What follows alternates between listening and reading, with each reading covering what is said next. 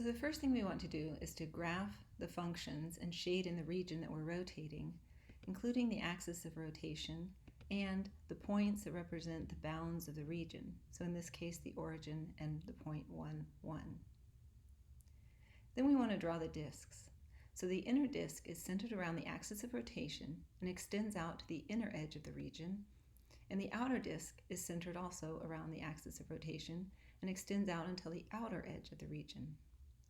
So notice that both of these have a thickness that lies along the y-axis, which means they have a thickness of delta y.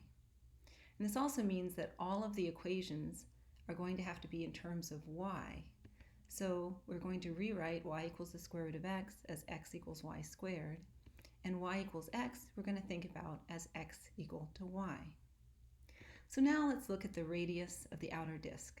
It extends from the axis of rotation out to the edge of the disk. And this is the radius that we're looking for.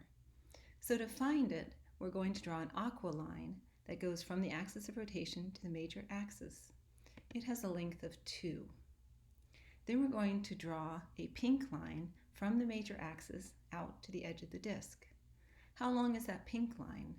Well, it goes from the major axis out to the graph of x equal to y squared. So it's going to have a length of y squared. So then we ask ourselves, how is the length of the green line related to the length of the aqua line and the pink line? Well, the green in this case is the aqua minus the pink. So that means the radius of the outer disk is going to be 2 minus y squared. Now let's do the same for the inner disk. So first we draw the radius from the axis of rotation to the edge of the disk. Then we draw our aqua line from the axis of rotation to the major axis, and we note that it has a length of 2. Then we draw the pink line from the major axis to the edge of the disk. How long is it?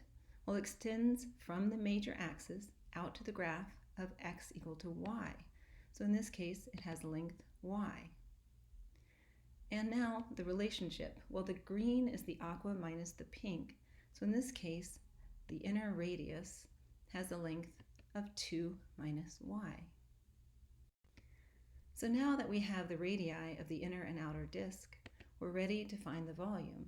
So the volume is pi times the integral of the outer radius squared minus the inner radius squared. So in our case, it's going to have a volume of pi times the integral of the outer radius, which is 2 minus y squared, minus the inner radius, which was 2 minus y squared.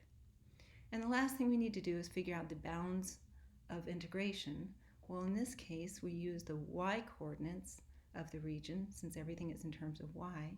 So our integral is from 0 to 1.